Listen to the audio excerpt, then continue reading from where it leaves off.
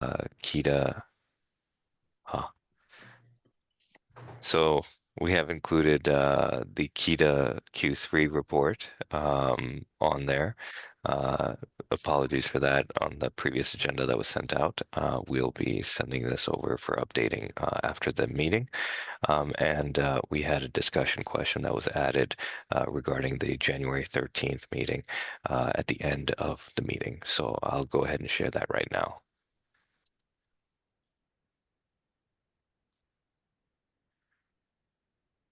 Here.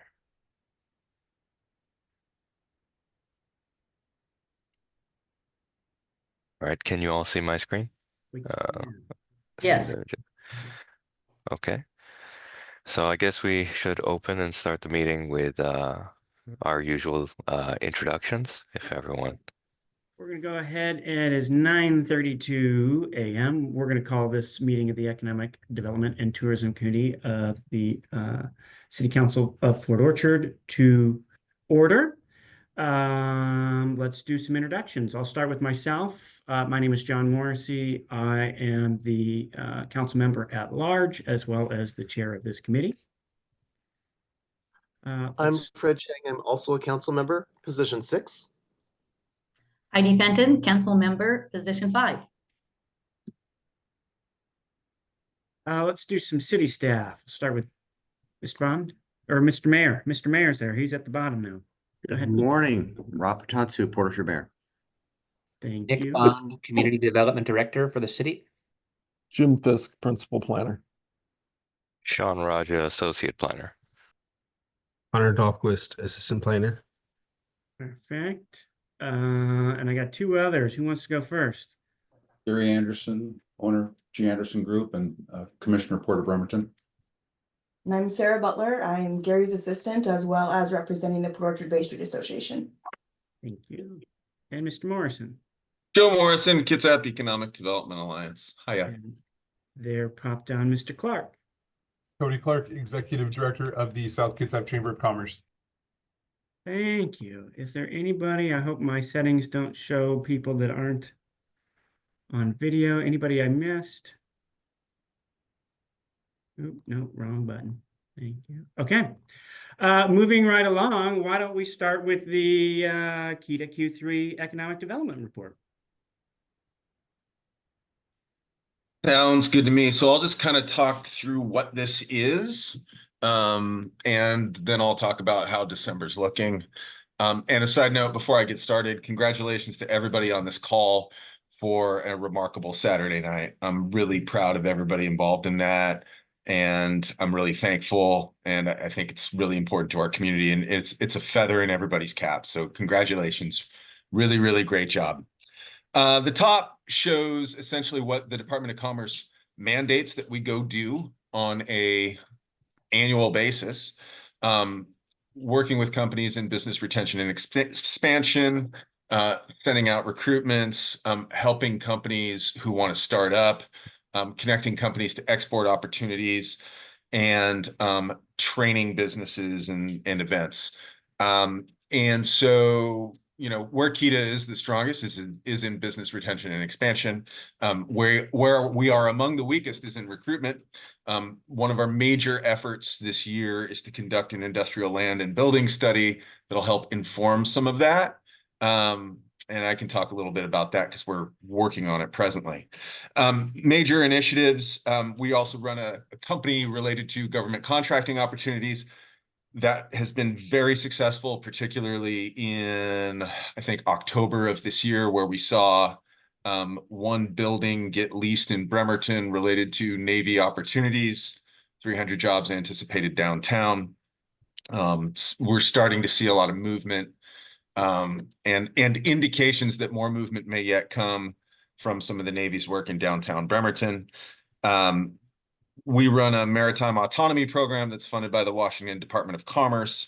And interestingly, 50 maritime autonomy jobs were also added in our community connected to supporting the underwater autonomous squadron out of Keyport. So that was all great. And we're reporting on third quarter here. So we held an industrial readiness summit. We do this every year to kind of keep track as to what's going on with the potential for billions flowing into our community from the shipyard infrastructure optimization project. We held a lean training class earlier in the year. And then you can see some of the classes under events that we teach countywide related to steps in government contracting. And while all kinds of government contracting is important to us, that includes state, county, and local. We're really experts in the federal contracting realm. So you see a lot of stuff there related to that. Vigor spoke also, as did Corsmo Construction. Some numbers on our social media reach, some of the things that we have also been promoting through our website and ad outreach. And that is what we did. A couple notes on what's coming up. Tomorrow I'm speaking at the noon meeting for Port Orchard Rotary. So if you're around, you get a little bit more of a breakdown of the economy. We're calling it Kitsap's Economy 102. So I'll be there. And then in 2 weeks, your mayor is presenting at an event called Priorities and Projects. And he's going to be presenting the McCormick Village work on December 18th out at McCormick Woods Clubhouse. If you are an investor in KEDA, I encourage you to come. Pretty much everybody here is. So there's an RSVP link that should have gone out to all our investors. Please click that RSVP link so we can monitor it for headcount. And that is what we are up to. Happy to answer any questions you might have. Fred. Joe, what do the columns in the table at the top mean? Is, for example, the BRE, the annual goal of 110, is that 110 for the third quarter or 110 for the year? 110 for the year. And so are you at 61% for the year or 61% for the quarter? I'm at 61% for the year. Okay. All right. Yeah. Okay. Thanks. Yeah. Yes. Joe, I just have a quick question because I know a lot of the shipyard work is still ongoing and finding space outside of their fence line. Do you, in your conversations, anticipate that would bleed over to Port Orchard, or is that more going to be people are going to be displaced out of Bremerton and we'll find secondary folks moving to Port Orchard?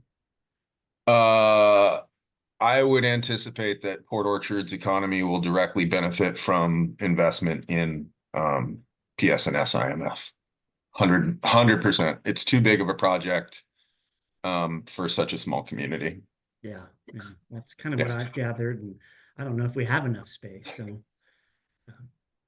nice. We don't have enough. Well, yeah, we certainly don't have enough space to put industry, broadly speaking, and I think that well, let's leave it there.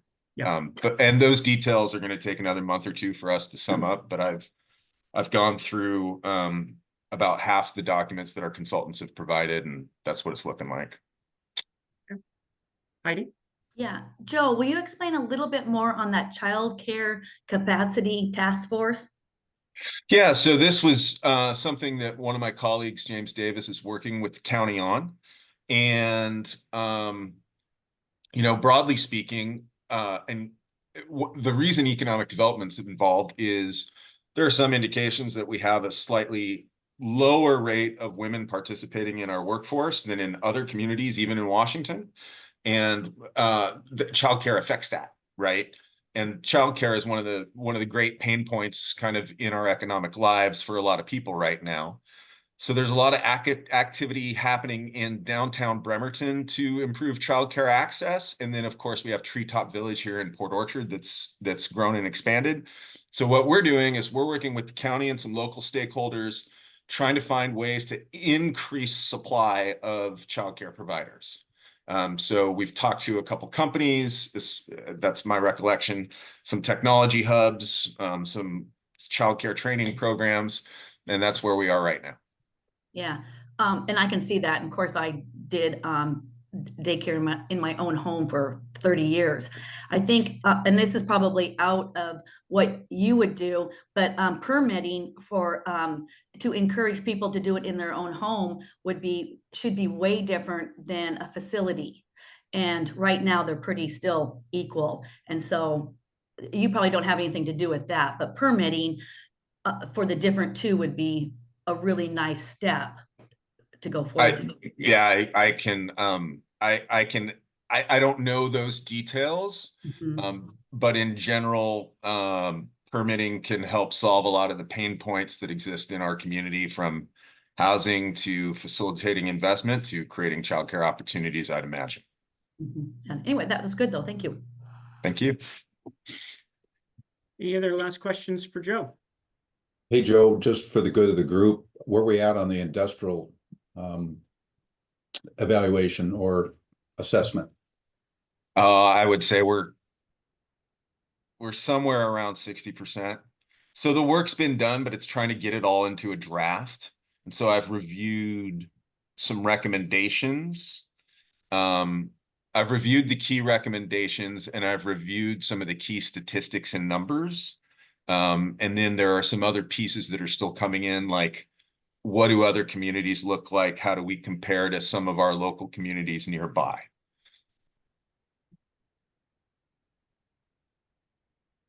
Thank you. You bet. Any other last questions for Joe? Well, thank you, Joe, for sharing some of the activity that you and the group over there are doing, and for all of your work that you do every day for us. Much appreciated. Next up on the agenda is our pre-application meetings, and looks like we've had a little flurry of activity. So let's hear a little bit about that. Yeah, I'm going to walk you through just some of the applications that we've received and or held meetings on. Sean, can you give me permission to share? Yes, 1 second. I think Jim is the main host, so he can give you permission. I'll stop sharing. You so should have it. You should have Oh, okay. I do not. I've got it. I think you just had to stop sharing. Maybe this is a new version of Zoom that gave me a different message.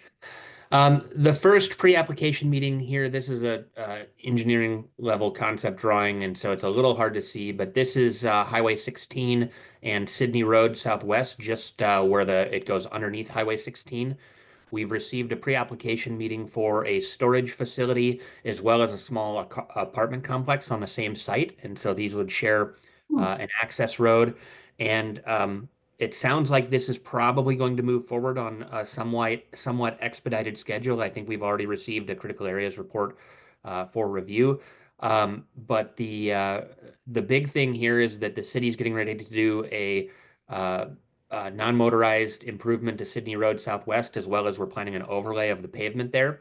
There is currently not a gravity sewer in this section of Sydney Road Southwest, and so this developer is working with Public Works, and they're going to try to put in a gravity sewer line extension prior to our street project in the next 6 months to make sure that they are able to develop these uses in this location. So stay tuned for an application on this one. This is we had a previous proposal for a storage facility here, and that owner did not go forward with the project, but it is coming back as a storage use, and this is in our self-storage overlay district. Nick, is that Berry Lake right there? It is. Okay, okay. I just want to get an understanding. That's Berry Lake right there. Okay, perfect. Yeah. And Ryan, looking back to the agenda. Okay, so we had a movie theater. We've got the movie theater up on Mile Hill. This is the second or third pre-application meeting we've had on this property. People are generally trying to figure out how to make use of that building, but because of it being a movie theater with sloping floors down to all of the screens, it's a pretty significant project to try to create suites out of that building.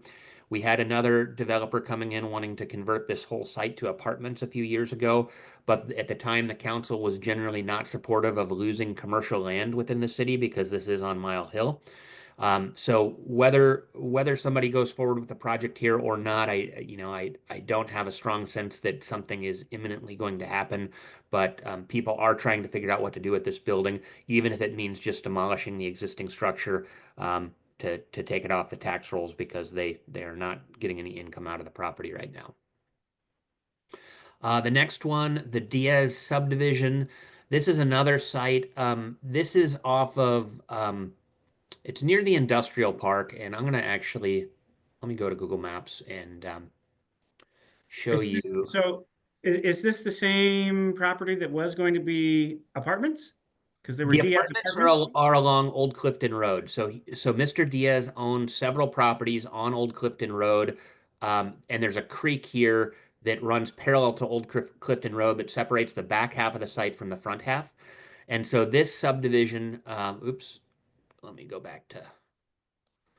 This subdivision proposal would include a rezone of property. It's currently zoned industrial. It is a sloping site. It has access challenges. And because the city has never developed the large tract that we owned that contains our dump site, it's possible that we could provide industrial access to these properties, but we have not done so. So this owner has a real challenge with access, and he is planning on asking once again for a comprehensive plan amendment to go from industrial to residential and to come in with a residential subdivision. And I explained to him that, you know, previously the council, which had a different makeup at the time, was not supportive of losing our industrial land. But, you know, with at least 3 new members, since we've discussed this previously, there may be a change in the council, and this is something that's going to come to you next year as an amendment to the comprehensive plan. And the way that this works is we will create a docket of all the amendment applications that we've received in February.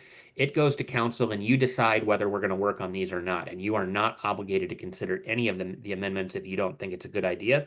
And so council is going to have a go, no go on even considering whether the planning commission should study the issue, likely at the February or a March meeting. So stay tuned for that to come in.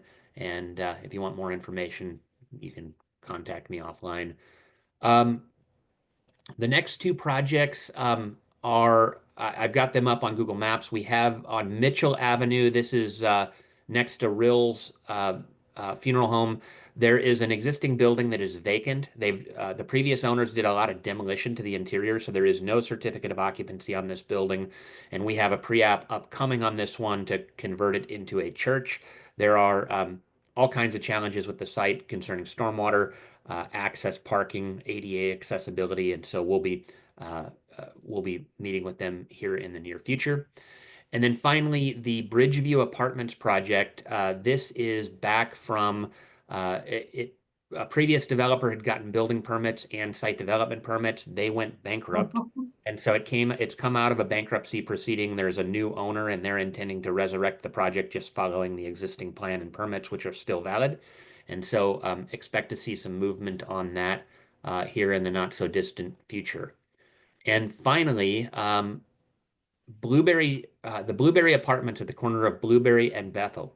It looks like they are exploring the possibility of a phase 2 to that project. And so 96 additional units that would be connected to the existing Blueberry apartment parking lot with access off of Ramsey and Bethel, just taking the existing 108 units up above 200 units. Obviously, we have our Bethel Road corridor project where we're getting ready to do sidewalks and widen the road. And so we would need to, they're already showing in this concept their dedication. And so we are going to be meeting with them soon about that proposed project. So quite a bit of new information that we've received recently. And if you all have any questions, I'm happy to take those or talk to me offline. Mr. Bont, does the Blueberry Apartments change our view on our phasing and how we're doing Bethel?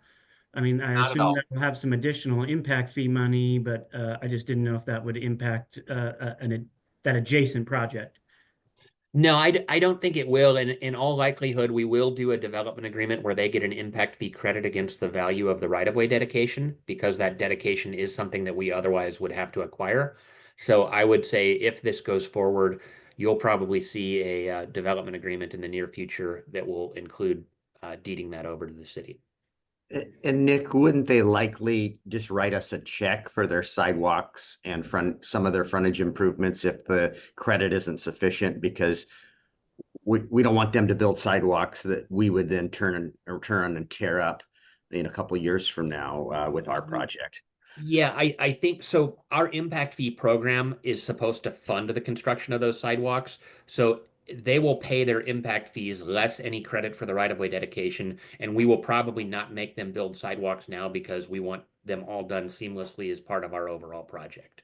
So it's likely that they're just paying the impact fee, the difference between the impact fees owed on the project minus any credit that they get for the land. I suspect they will still have a balance due associated with their project. Nice. And of all these projects, I mean, you have a lot of these meetings, and a lot of them don't go much further past a meeting. How do you feel about them? Well, I think that the Blueberry project is I mean, I haven't met with them yet, but it feels like a logical thing that makes sense to happen. So as long as they have the property tied up, I don't see any reason why they wouldn't proceed, because conditions haven't changed between their current project and their future project. Bridgeview Apartments, I think they've got all the pipes in the ground. I mean, half of the infrastructure is in. They just need to start pouring curbs and paving and getting the building pads ready for construction. And I think the buildings, there are building permits that are in plan review right now for that. So the buildings are designed. It's a pretty easy project to pick up and potentially finish.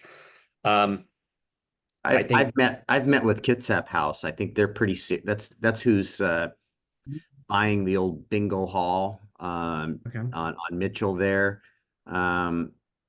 They did their significant due diligence, and because I told them to, I said, it's an old building that's been vacant a long time. Just make sure you know what you're getting into, and you know, so that'll be a challenging site, but I think they've done their due diligence and they're serious about it. Yeah, and we haven't had that pre-application meeting yet, so they may still be in their feasibility period. But yeah, and then the Diaz Meadows really depends on whether council wants to amend the comprehensive plan or not. And how about the storage facility? It sounds like they're going forward. I think, I mean, they're already trying to figure out how to get sewer in that road ahead of our paving project. So I believe we go out to construction this coming summer on Sydney. So they would need to put in the sewer gravity extension from Hovde all the way up to the storage units in order to beat our moratorium on tearing up new paving. And do we keep any data on storage units and how many we have? Because that's right across from another storage facility, right? We don't keep any data, but we do have a code requirement that they provide data showing that storage units are needed to serve our local population in the city, not just that we're like everybody from Bremerton is coming to Port Orchard because we have more storage units. So, and that the interesting thing is that code requirement was actually suggested by this developer as part of their development of their last storage facility over on Bethel. But we have created a self-storage overlay district, and so we only allow these in a couple areas of the city. They are required to be 2-story now rather than 1-story, so we're getting a better yield in terms of property tax generation because those buildings are relatively low cost. They don't generate sales tax and they take up a lot of land. And so putting a 2-story requirement in the code was a way to ensure that we're at least maximizing sites as part of having storage development, but this is one of the few areas in the city where it is allowed, and I think right along the highway makes perfect sense for it. Yeah, no, I agree. Thank you. Heidi. Oh, Mr. Mayor, did you have something on that? Yeah, go ahead, Heidi. Oh, 2 questions. Since if they're going to be like 200 units, how many affordable apartments in that complex? Do we know that? Are you talking about Blueberry? Yes, for the Blueberry Apartments, all those coming in. So Blueberry did not get, I don't believe they have a multifamily tax exemption that includes an affordable housing component, but I think the rents that are being charged, the market rents for that facility, are actually reasonably priced relative to our median incomes. I don't think they're certainly not luxury apartments, but they're market rate apartments, and I think you'll see price points that are for new apartments are probably pretty competitive. Yeah, no developer's going to build subsidized housing without an incentive. They're going to charge market rent unless there's a subsidy being provided by the state or the city. Oh, I thought all the new apartments that are coming up now, we just automatically do that. So apparently not. Okay, and then my other question is, and maybe we should put that in our code. But my other question is, do those apartments, are they having like maybe a little park in there in the middle or anything like that for the design? Yeah, our code requires that, and so the existing apartments provided on-site open space. The new apartments will also have to provide on-site open space in accordance with the code that, as long as that code isn't revised between now and when they submit for permits. Okay, yeah, thank you. Thanks, Heidi. Fred? Yeah, Nick, are they renting out units at Blueberry? Or are they still under construction? I don't know that, I don't know whether they've started marketing those yet or not. I haven't seen. Still under. And do you know if the units at Plisco are being rented out, or are they also being completed? They're still under construction. I know the one building is pretty close, but I don't know how soon how many months it is until they'll have certificates of occupancy. Okay. Pretty thank you. telling sign when the decks aren't on the sliding glass doors out from the street, and the wires and the cooling lines are hanging off the side of the building where the air conditioning units go. So nobody's living in those. They can't live in that until, you know, they get their certificate of occupancy, which would include the decks and those finishes being completed. Heidi, did you have another question? I've got Okay. something I'd like to ask. Yeah, go for it, Gary. So, you know, the city is concerned about losing any more commercial property or industrial lands. I wanted to find out if what the city's position was on the Yamamoto property. I thought that should have been included in the urban growth area because it is well located, very good land, but the county took it out of their preferred option and are leaving it into rural. And comment I heard was that the city wasn't interested in it. Can you comment about that? Well, That's not accurate, not accurate at all, Gary. We would love to see that brought in. The county did no map amendments. It's just not, they didn't do anywhere in their comp plan, is what we were told. Yeah, I think they had an index of like 120 or so map amendments. I was told they were kicking all of those into a future year and weren't going to be considering those as part of the 2024 amendment. It's possible that they've changed. I mean, that was probably 6 months ago. We did write a letter saying that if the county believes, we were supportive of the Yamamoto addition, if the county could, you know, believed that there was buildable area within that site, because there are critical areas affecting that site, and we wanted to make sure that there was at least some documentation that we weren't just bringing critical areas into the urban growth boundary. And so we said, yeah, conditionally, yes, we support this. We would like to see a delineation to make sure that we're not just bringing in critical areas. I think the Bell property is the one that has the critical areas issues. The Yamamoto's got about 10 acres of good flat usable ground with maybe minor impacts. So it seemed like it would be a good asset for the city. And also, you know, somebody's going to have to put a sewer upgrade out there and they're going to need to defray some of those costs. So it just. Yeah, Kitsap Transit's building the sewer upgrade. I know, but they're gonna want to spread out their costs or through a payback agreement or something. Yeah, they're putting a lake premise agreement on it when it's all said and done. So I think we need Yamamoto in, but the signal I'm getting is completely 180 from what you're telling me. So yeah, I talked to Dick Brown and conveyed that same information to him, that we were supportive, but the county wasn't doing any map amendments. So we've got a new commissioner being sworn in January. So hopefully the attitude towards these types of things will change. Yeah, okay. I can share my screen real quick. The Yamamoto property is here and here, and so there's wetlands. We're not seeing your screen, Nick. Oh, I got it. Oh, there we go. Now we got it over here. Never mind. So the Yamamoto property, there's 2 parcels, and there is a wetland complex indicated in the data to the east, and so those buffers would extend onto the Yamamoto property. Everything in green is potential wetlands. And so whether that site has previously been drained or not, you have to do a report to show whether hydric soils are present. And so it is flat. It may have good drainage now because that's been installed, but that doesn't mean that there aren't hydric soils. And so I think we were looking for some clear information that this property is actually usable. The purple, I believe, is a geologically hazardous, possible geologic hazard area or moderate seismic potential. So the purple areas are less concerning, but all of the potential green, if there are wetlands, the boundaries need to be established, and then you have to figure out the buffers and how much land is remaining. And so we were suggesting that the county at least take some look at that to verify that there is buildable land coming in. Sure. Well, I can attest that the mapping is not very frequently accurate, so I understand what you're saying, but physical observation of the site is. Yeah, it looks good when you drive by it. I just, we want to make sure that we're not that we're not going to be bringing in a headache later on because we're having to fill wetlands or do other mitigation. Sure. Okay, understood. Thank you. Last call on pre-application meetings. Well, Nick and I don't know how much we want to talk about Home Depot, Nick.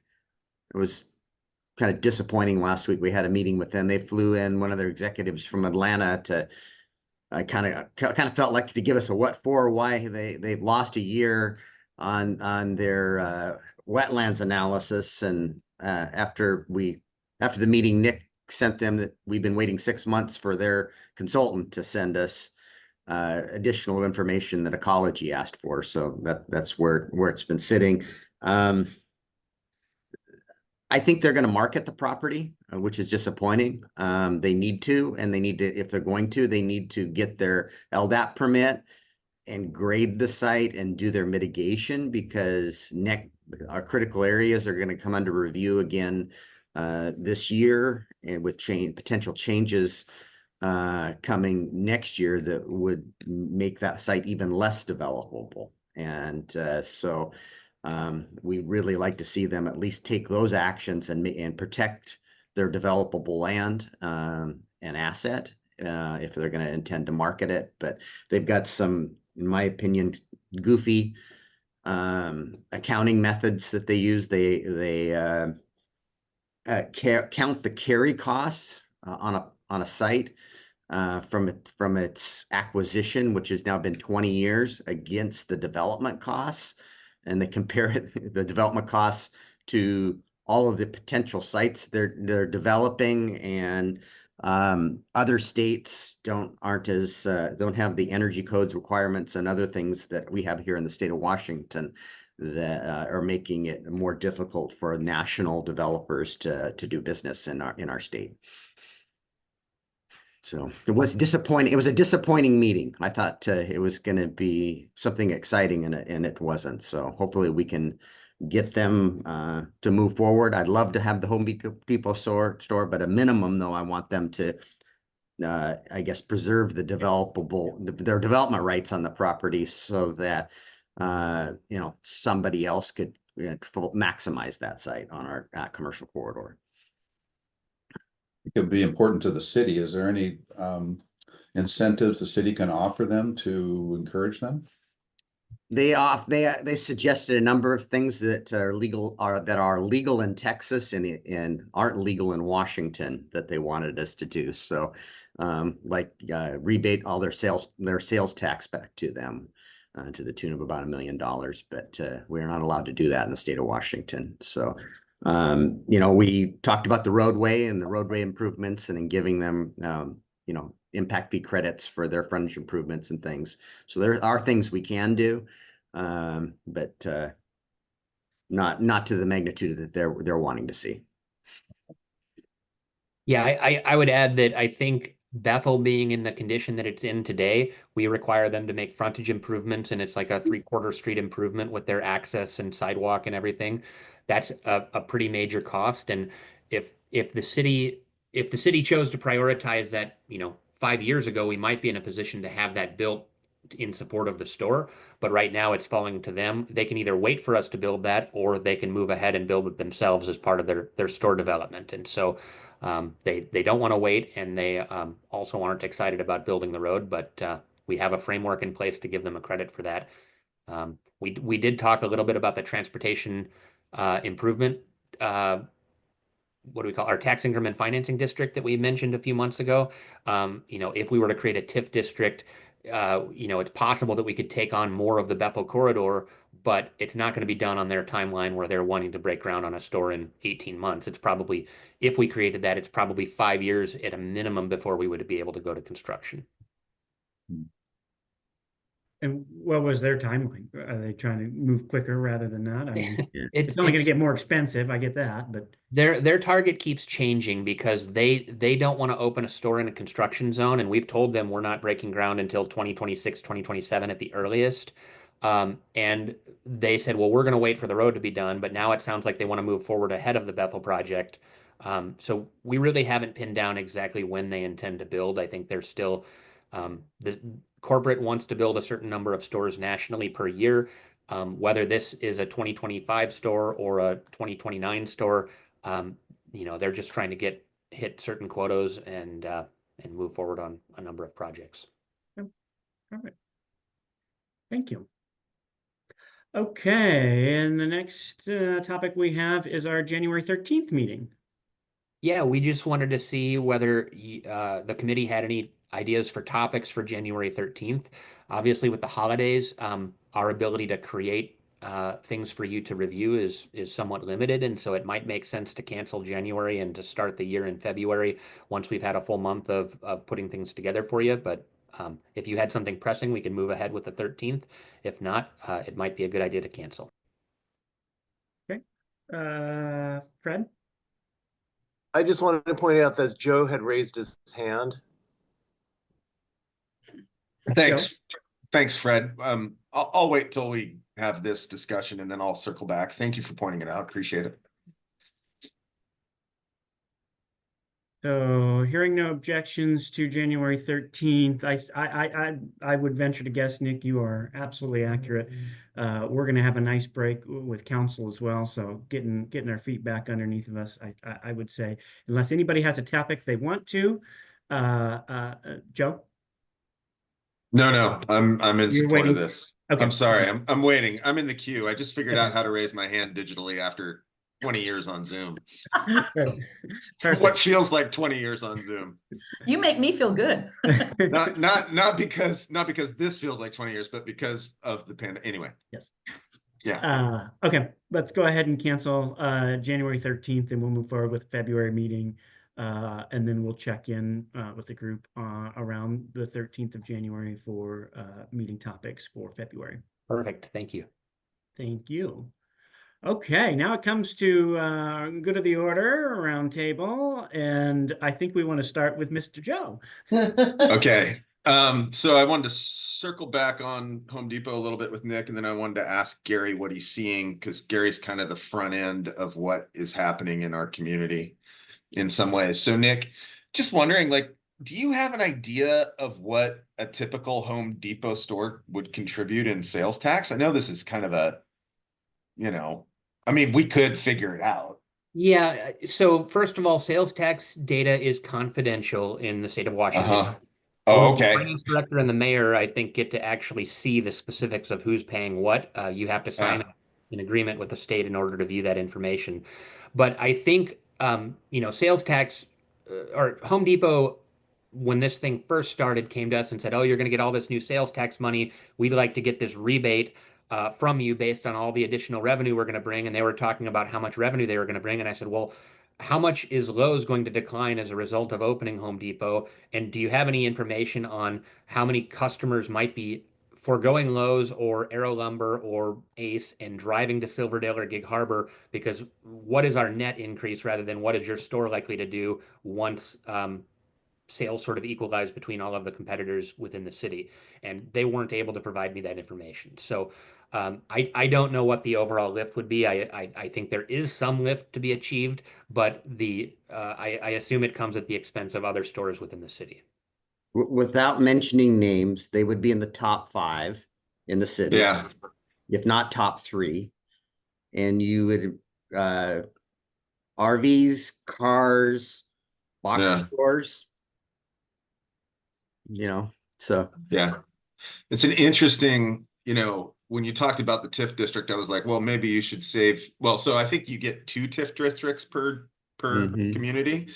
So, I mean, if it makes financial sense, sure, right? Because we have 0 TIF districts now. And then I'm sorry, I'll shut up after this. Gary, over the last 30 days, what kind of momentum are you seeing in the local market? Well, I will say that there's definitely an attitude change, which has come about as a result of the election finally being over, that people are calling and demonstrating an interest in moving forward with some projects that have been looked at for the last 6 months. So I think there's going to be a general sentiment in the country that's going to feel much more bullish about taking those kind of risks. As far as I'm concerned, that's the sense I'm getting so far. So it's still kind of early after the election just happened, but I feel like Port Orchard is in a good position to see more growth as the rest of the county is. And then along with that will come some additional commercial support for that residential growth.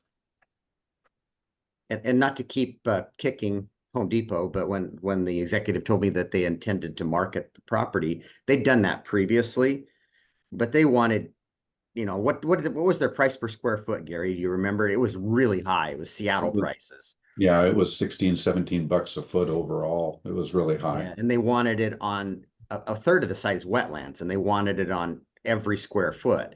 And anybody that looked at it went, well, it's not worth that. It's worth half that per square foot, and you don't pay that for the wetlands.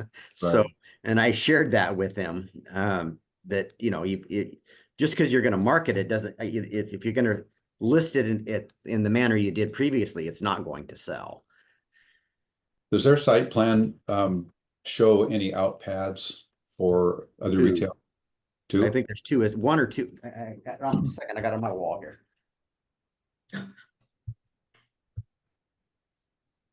There is 1 large pad. I think it's one acre. 1 and 2 a wetlands track and a storm pond. Yeah, it's one large pad. Large pad, okay. Yeah, that's frequently how the big boxes recoup some of their development costs, is they create a synergy and traffic that other businesses love to be located next to. So, yeah, and unfortunately, they have to do on-site wetland mitigation. We've told them from the beginning that there was an opportunity to participate in the wetland bank, which would potentially give them an additional development pad, but they're choosing to handle their stormwater and their wetland mitigation along the frontage of Bethel rather than off-site or in other areas. So I think there is an opportunity to create that pad and potentially generate a better return. It all involves federal permitting with the Corps of Engineers for filling wetlands. And once you're on that path, it's like an 18-month to 2-year process to get approved.